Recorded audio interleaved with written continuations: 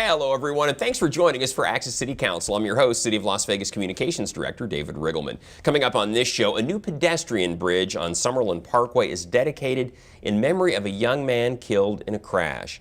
And as the COVID-19 pandemic continues, opioid use is on the rise. We tell you what many in the community are doing to raise awareness and to reach those in need. Of course, the councilwoman who represents Ward 2 is Victoria Seaman. She joins me now. Welcome back to the program. How are you doing? Good to be here. It's been an eventful year, and it just continues that way. Certainly has. Great to have you on the show. Again, we're socially distanced, as you can see, because, of course, COVID is still among us, but we're working through it and making some progress, hopefully. Sooner or later, this has got to be behind us, but it will be behind us. It will. We're getting there. But we're working through it. Yeah, getting there. Ward 2, if you're not familiar, is our stomping grounds. Of course, Councilwoman represents that area. I happen to live out there as well. It's the area basically west of the Rainbow Curve. There on the map, obviously appropriately enough, we have the 2 on it. But if you live in that area or work in that area, then you are in the city limits of the city of Las Vegas. And of course, if you're a resident out there, you're represented by Victoria Seaman. That area west of the 215, growing, boy, taking off, yeah. Growing like crazy. And you know, it's such an odd year because we hear the impact on the economy, but at the same time, homes are selling. So we have a lot of folks coming here from other states. I don't know what to make of all of that, but I guess, that's a good thing. A lot of people come. Yes, absolutely, because it's keeping our housing prices up and the economy. So I'm grateful for that. It's not all bad news, thank goodness, because for so much of this year it felt that way. But anyway, a special dedication took place in your ward. Want to tell everybody about. This was important. You posted this on Facebook. You said, we dedicated the new pedestrian bridge to Alex Lawrence. He was killed in 2011 while trying to avoid a pedestrian crossing the Summerlin Parkway. Tragic accident. Pedestrian was running across the road. Alex swerved to avoid them. Alex was in California going to school. And he was coming home to visit his parents, and he tried to avoid the pedestrian and was killed. And thanks to David Cervantes, a friend of mine and a friend of the family's, for reaching out to me and asking if this could be dedicated to him. And it was the exact spot where he avoided the pedestrian. So the family was really grateful. I'm really happy that we were able to do that. And what a bridge it is. Yeah, it really is. If you drive Summerlin Parkway, you know that it took a while to get it completed because we had to avoid the construction for a lot of it. But it's done now. It's beautiful. Look at it. Turned out spectacularly.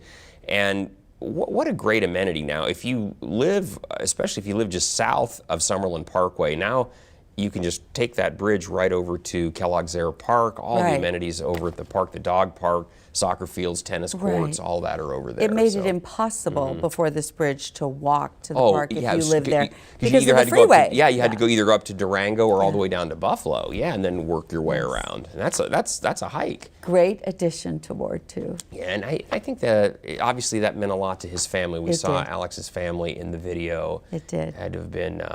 And we had a great turnout. Yeah, absolutely. A lot of folks wanted to come and see the bridge being dedicated to Alex. Yeah. So when you cross the bridge and you see the name on there, now you'll know who he was and why he's so important to the city of Las Vegas. So, someone else we're keeping track of his progress is Officer Shea Michelanis, shot during one of the demonstrations earlier this year. And how's he doing, Councilwoman? I know you've been in touch with the families. How's it going? People that know the family, I've been in touch with, not the family directly, and they're doing the best they can to help him with his rehabilitation. It's just, I just keep praying for him every day. Pray for a miracle. Now he is at a facility for quadriplegics currently. Correct. And I believe it's one of the best from what I understand. So we're just praying for him and praying that he'll recover best as he can. It's been a hard year in so many ways. So wishing him good luck. You know what's the nice thing is I hear from people that he was just such a great guy. He's a great guy. So good officer. Well, wishing him the very best and his family through this very difficult time, no question.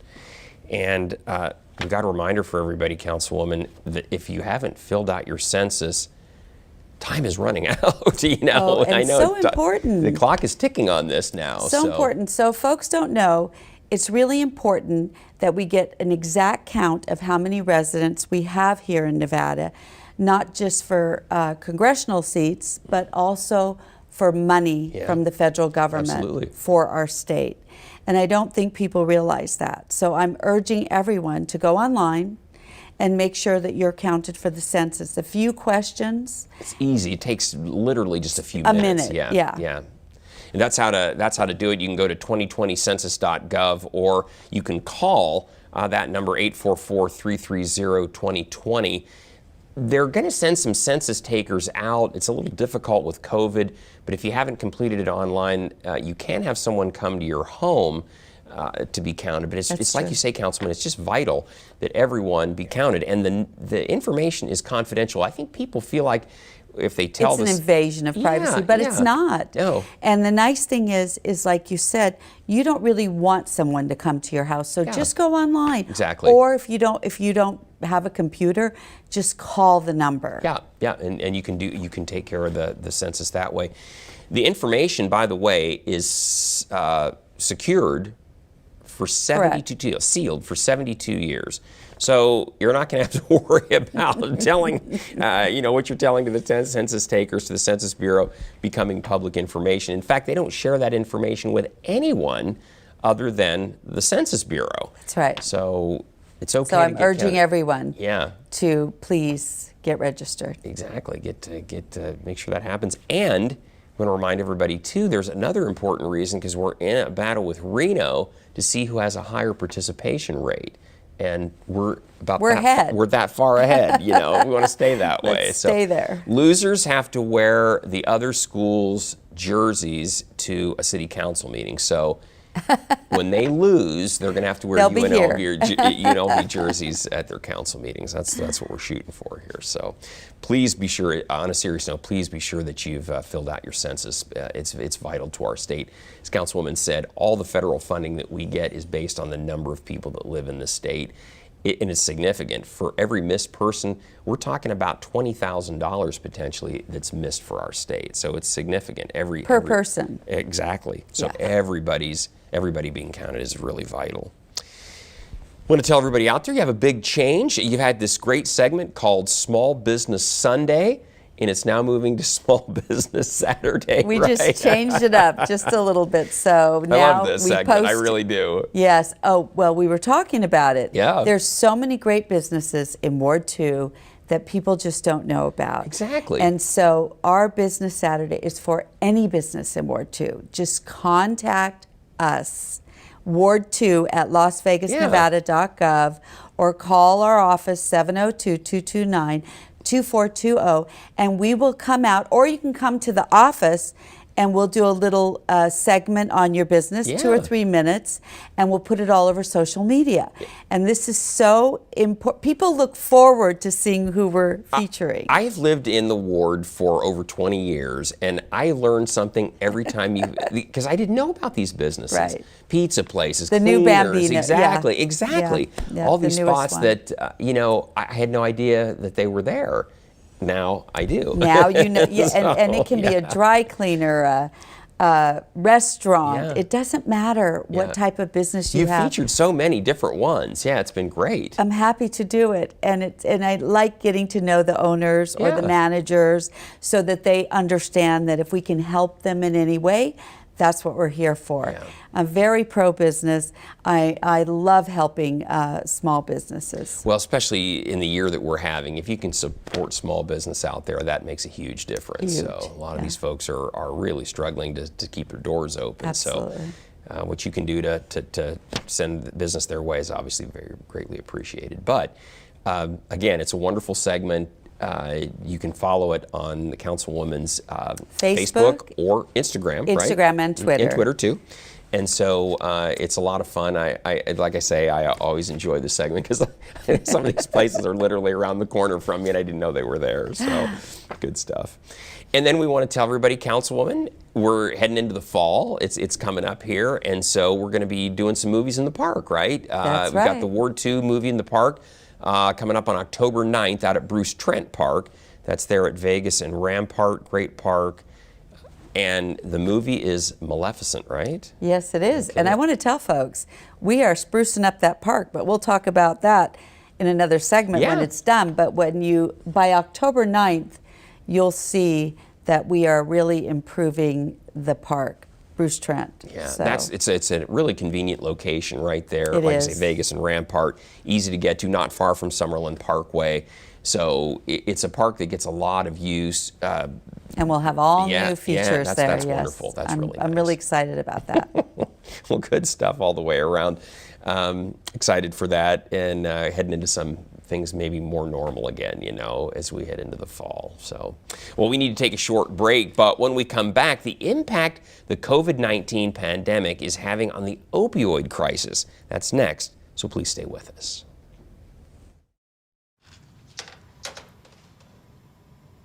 Wow, these are really good. You act surprised.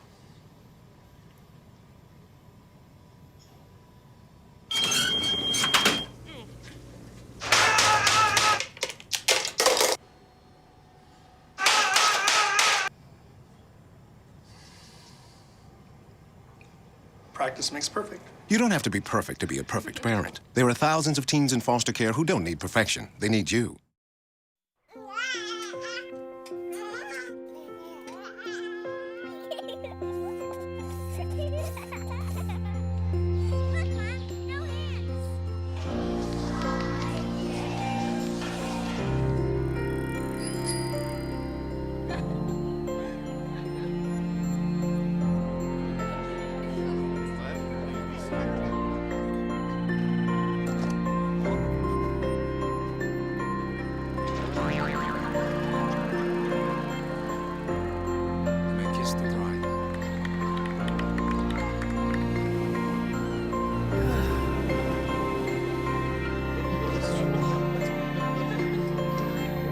A full life, measured in seats, starts with the right ones early on.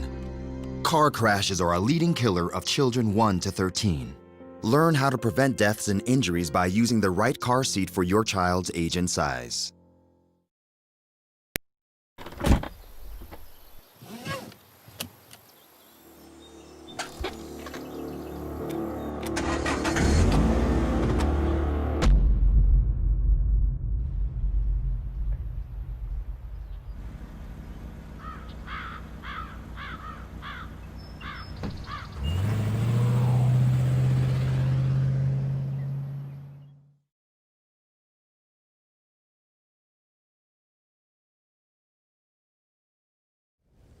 Welcome back, everyone. More than 20 million people in the United States suffer from substance abuse. Now, COVID-19 has left so many locked down, laid off, and left with uncertainty that overdoses are up, are you ready for this, by 125%. And by July, we've already passed the total for all of 2019. It's certainly been a very challenging and tough time for everyone. And with us today to discuss where people can turn for help is Sean O'Donnell. Sean is the Director of Communications and Marketing for the Nevada Recovery Network. Sean, thanks so much for being here. Councilwoman, I know this is something we've talked about on this show in the past, how to help those in the community. I think the opioid crisis especially is bigger than a lot of people fully realize. Exactly. We all know someone who has, most people know someone who's lost a loved one to overdose. And we know that there's a huge addiction problem, which leads to these overdoses. Yeah. And it's something that we need to really talk about and open up about so we can save lives. Exactly right. Well, Sean, thank you so much for being on the show. We know that there have been so many issues around the opioid crisis. Now enter COVID-19, and it just seems like the problem has just magnified tremendously. That's absolutely right, David. So First of all, thank you so much for letting me be here with you and Councilwoman Seaman today and highlighting this very important issue that's so close to my heart personally. I am a person who is in long-term recovery myself, and I have lost very close friends to overdoses. And so it's very important for us to be getting this message out. And you're absolutely right. You know, this issue touches 1 in 3 American households. Wow. And with the COVID pandemic, we have just seen this exacerbated over the past few months of 2020. You had mentioned that overdose deaths in our area are up by 125%. There was a recent study done by Wellbeing Trust, which is a national public health group, and they're actually estimating that over 150,000 Americans could lose their lives to deaths of despair this year, which would be suicides and overdoses. So it is a very, very timely issue, and thank you for highlighting it. Well, Sean, I know that part of the issue, and I know what the councilwoman is really hoping, is to help get the word out and to raise the awareness of the issue to help prevent some of the tragedies that we're already seeing. What can people do? What is our community doing to try to address this issue? It's clearly it was a crisis, and now it's an even greater one. Right, that's absolutely right. And you know, every Las Vegas citizen, any Nevadan can get involved, and they can help prevent overdose deaths and connect people who need help with help when they need it. And there are a few different resources that people should know about. First of all, I'll just mention that on Monday, it was actually International Overdose Awareness Day, which falls on August 31st of every year. City Hall had participated by lighting up the building purple. We had an online vigil that was broadcasted live out on Facebook, and we had connected people with resources. Some of those resources being, first and foremost, is that any citizen can get trained to recognize and reverse the signs of an opioid overdose, and they can carry the antidote, naloxone, also known as Narcan, on themselves. They can get that at organizations like Foundation for Recovery or the Southern Nevada Health District, among others like Track B, different harm reduction groups.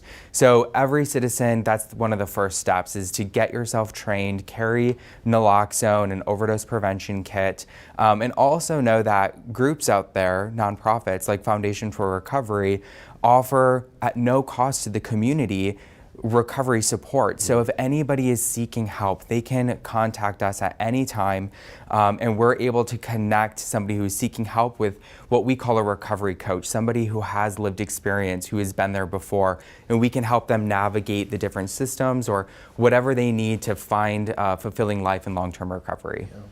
You know, Sean, it's interesting. I think in years past, I think there was this image that people who had substance abuse issues were kind of, I don't know, junkies, or I don't know, they're just something there was to that a stigma. The stigma that went Yes. with it. But I think, Councilman, you and I have talked about this, and Sean, from my own experiences, so many people started off with an injury of some type, or a surgery, or something that led to pain, that led to the addiction to the opioid then, and it would kind of follow that progression. So there were people that were just living their lives.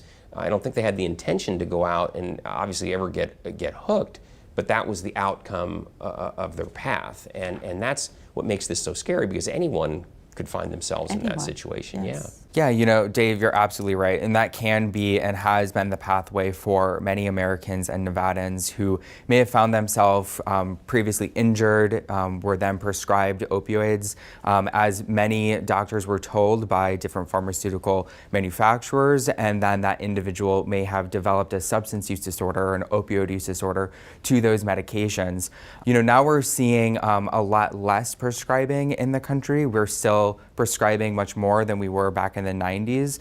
But, you know, regardless of whether someone has found their substance use through a prescription or by other means, it's so important that our systems and our community are there to pick people up when they need it. And on the note of stigma, I will just give you another stat with another poll that was recently ran statewide. It was a scientific poll that was ran statewide in the state of Nevada, and over 79% of Nevadans believe that stigma, so negative views towards people who use drugs or people in recovery, is a major barrier to care.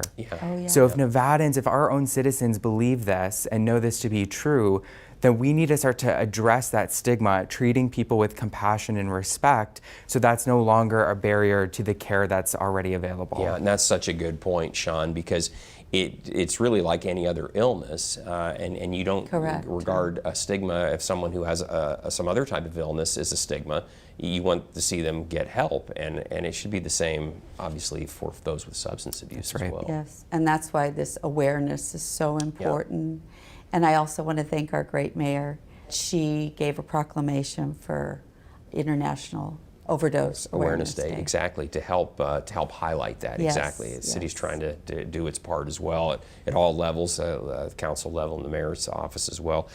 Sean, I wanted to ask you too about, tell us about the Southern Nevada Harm Reduction Alliance. I know that's an effort to try to address the issue as well, correct? Yes, that is correct. The Southern Nevada Harm Reduction Alliance is essentially an alliance of many different organizations, individuals, and family members that come together, and we host educational opportunities for the community. We host events. We help connect people with resources that are available. And we also are the primary planners and sponsors of our local International Overdose Awareness Day here. Very good. Very good. Sean, if people are watching this segment, Councilwoman, and they maybe have an addiction problem themselves, they know someone who does, they suspect someone who they know might, what should they do? Where do you turn? Where do you begin to try to unravel this issue? You know, I think a great place to start is actually connecting directly with communities of recovery right here in the Las Vegas community. And so that might look like contacting organizations like Foundation for Recovery, which is Nevada's statewide recovery community organization. You'll get connected directly with a recovery coach who will be able to connect you with different resources and really talk to you and hear you, listen to you. You can contact Foundation for Recovery Monday through Friday. Our office is open during normal office hours, 8 to 5, and we're also online. Feel free to chat with us on social or send us an email and someone will get back to you right away. Yeah. Is there an overdose hotline that people can call if they don't know what to do, or they would just call 911? Yeah, you know, if you do suspect somebody is overdosing, the best thing to do is call 911 right away. That's what we always train people on. Call 911, let the responders know that you have somebody who is either not breathing or is unconscious, and that will move you to the top of the list and someone will get out there ASAP to give you help. Yeah. Sean, I know this is important to the councilwoman, obviously to the mayor. What can we be doing as a community to do a better job here? What, just the average folks out there, do you have some thoughts on what we should be doing to try to help fix this problem or to make it easier for people to get to recovery? Yeah, you know, I think that, again, one of the first things to do is to get educated and carry naloxone on yourself. You know, anybody can carry it. You can just keep it in your purse or your bag or at home, just in the event that you ever do come across somebody who may be experiencing an overdose. That's step one. But I would also encourage any citizen, you know, to get involved. Every movement, every issue needs allies. So even if someone out there isn't personally impacted by this, you can make a difference just by getting connected with groups like the Southern Nevada Harm Reduction Alliance or with Foundation for Recovery or other groups that are trying to make an impact right here in our community. Wow. It's a fascinating discussion and one that, you know, Sean, it's been so enlightening. I think we knew there was an opioid crisis, but now with COVID-19 here. I don't think Has any of us. highlighted. Yeah, exactly. Highlighted. I had no idea that it was to the magnitude that it is now. And I would just like to ask, if we wanted to be trained and receive the drug naloxone to carry, how would we go about doing that, Sean? That's a great question, Councilwoman. Anybody can contact Foundation for Recovery. You can give us a call at 702-257-8199. And we are actually right now, because of COVID, doing trainings online. So you will connect one-on-one with a trainer, just like via a Zoom meeting or like a FaceTime call, and we will go through all the steps with you. All the trainings are about 30 minutes, so they're pretty quick.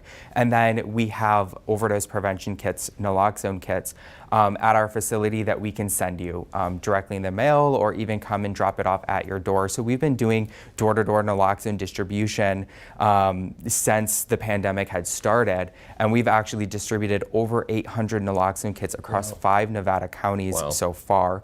Of course, the Southern Nevada Health District is also a great resource. And this saves lives. Absolutely. This is a miracle medication that actually reverses the signs and symptoms of an opioid overdose. Wow. Sean, fascinating. Thank you so much for being on the show. Really, I'm sure your information is going to be valuable to many people that are watching this. Is there anything you'd like to add? We're running a little light on time here, but is there anything else that you feel is really important that you want to make sure gets said? Well, first and foremost, I just want to send my gratitude to City Council, Councilwoman Seaman, and of course our wonderful mayor for highlighting this issue so often. It's the elephant in the room. It's not talked about enough. And so it's so important that we're highlighting, you know, the families that have lost a loved one, people like myself who are in recovery, and getting this message out to the larger community. So, and for anyone who's watching who may be struggling, I just want to let you know that you are not alone. So many people have been there. There is help available, and reach out and we will be there to pick you up. All right. Well, Sean, wishing you only the best in your work and in your personal life. Thank you so much for sharing all this with us today. It was really a valuable discussion. So, Councilwoman, so glad we had him on, and congratulations on the proclamation to them too for very fitting, very fitting. So, folks, we always want to tell you that, hey, we'd like to hear from you. If there's something you'd like to share with Councilwoman Victoria Seaman, you can always find her on Facebook and Twitter. She's all over social media, in fact. You can also contact the Councilwoman just by picking up the phone, 702-229-2420, or send her an email. Her address is vseaman@lasvegasnevada.gov, and she or one of her great staff will get back with you. So, Councilman, great job. Great discussion with Sean as well. So Yes, I'm so grateful that we brought Sean here today to talk about an issue that really needs to be talked about. We're all in this together. Eye-opening discussion. So we'll see you again in 6 weeks with another update from Ward 2. And in the meantime, don't miss our next show beginning on September 10th with Ward 5 City Councilman Cedric Creer. You can now catch all of our KCLV shows on Apple TV, Roku, and Amazon Fire. And don't forget, you can watch us live on the internet at kclv.tv. Thanks for watching, everyone. We'll see you next time around. Stay safe, please.